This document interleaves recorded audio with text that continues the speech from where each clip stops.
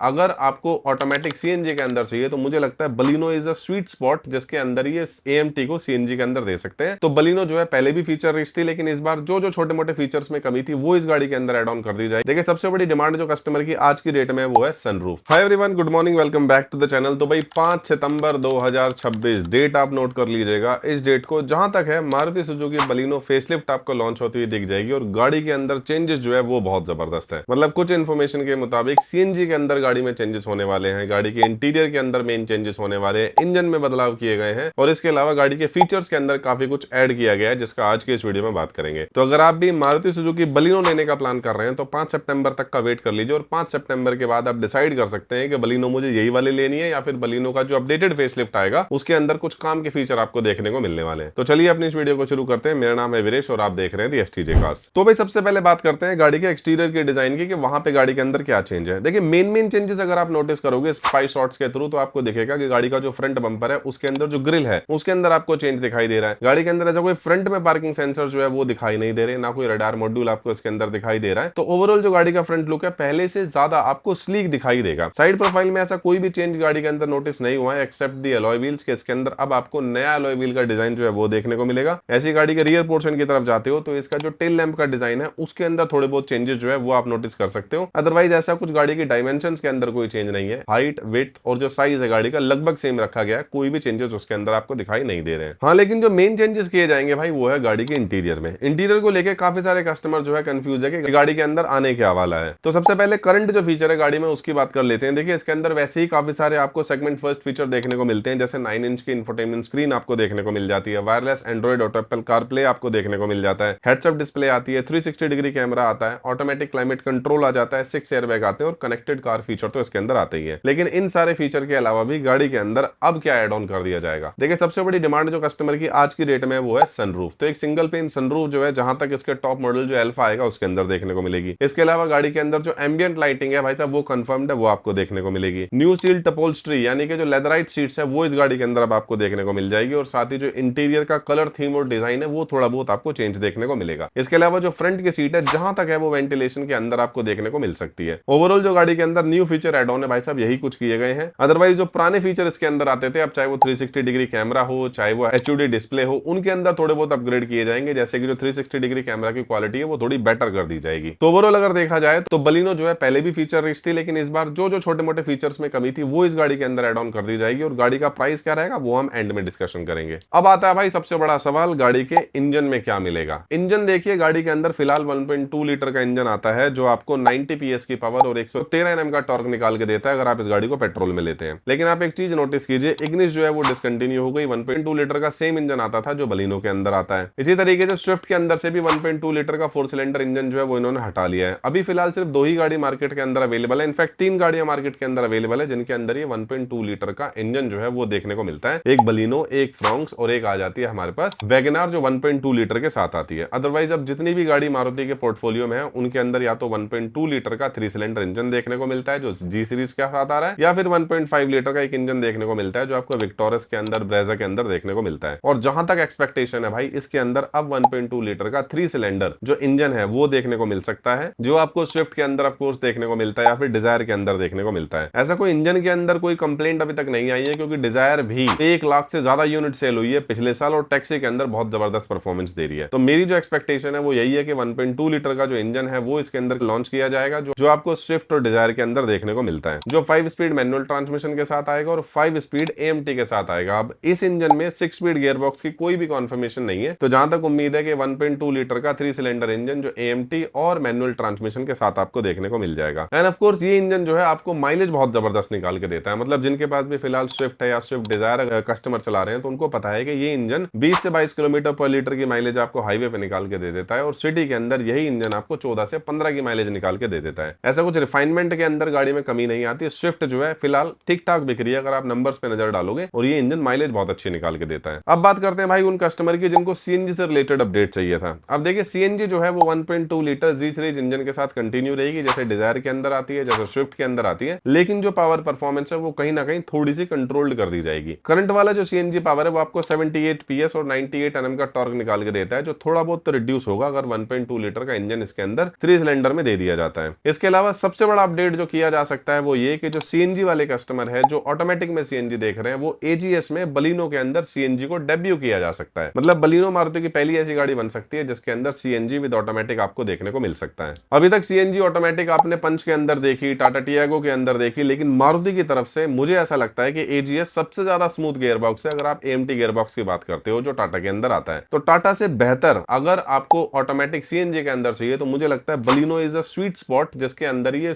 EMT को CNG के अंदर दे सकते हैं, जिसकी जो कंपनी क्लेम्ड माइलेज रहेगी मेरे हिसाब से 30 टू 32 किलोमीटर पर लीटर के हिसाब से होनी चाहिए, क्योंकि ऑटोमेटिक में एक तो सीएनजी मिल रहा है, दूसरा इंजन 1.2 लीटर का मिल रहा है। तो इस 1.2 लीटर की इंजन की सीएनजी माइलेज जो है बहुत जबरदस्त रहती है, और मेरे हिसाब से 30 टू 30 पर किलोग्राम की सीएनजी में माइलेज जो है ये गाड़ी आपको निकाल के दे देगी। अब सीएनजी जो है वो अंडरबॉडी आएगी या नहीं, इसका भी कोई कॉन्फर्मेशन नहीं है कि सीएनजी अंडरबॉडी आएगी या फिर जो ड्यूल सिलेंडर सीएनजी आएगी। जैसे फिलहाल सीएनजी बलिनो के अंदर आ रही है, जहां तक है वही सीएनजी स्टाइल जो है कंटिन्यू किया जाएगा, क्योंकि अंडरबॉडी सीएनजी देने का बलिनो के अंदर कोई स्पेस नहीं है। तो जहां तक है ये सीएनजी जो है वो आपको एज अ नॉर्मल सीएनजी जो फिलहाल आपको देखने को मिल रही है वैसे ही मिलेगी। अब पांचों बड़ा सवाल आता है हाइब्रिड आएगा या नहीं। देखिए हाइब्रिड की अभी कोई ऐसी इंफॉर्मेशन नहीं है कि हाइब्रिड जो है वो आपको बलिनो के अंदर देखने को मिल जाए। जहां तक है हाइब्रिड जो है फ्रॉन्क्स के अंदर आपको देखने को मिल सकता है, और फ्रॉन्क्स के अंदर क्या इंजन रहेगा वो तो लॉन्च डेट पे पता चलेगा, लेकिन फिलहाल जो हाइब्रिड का ऑप्शन है वो बलिनो के अंदर आता हुआ नहीं दिख रहा है। यही सेफ्टी की बात करते हो, क्योंकि काफी सारे कस्टमर बलिनो की सेफ्टी को लेकर बहुत ज्यादा कंसर्न रहते हैं। कोई इसको टीन का डब्बा बोलता है, कोई कुछ बोलता है, लेकिन भाई मारुति की अब जितनी भी गाड़ी आप देख रहे हो ना, सभी गाड़ियों को 4 या 5 स्टार आप रेटिंग जो है वो देखने को मिल रही है। चाहे डिजायर हो, डिजायर को भी आप देखोगे 5 स्टार सेफ्टी रेटिंग मिले हैं।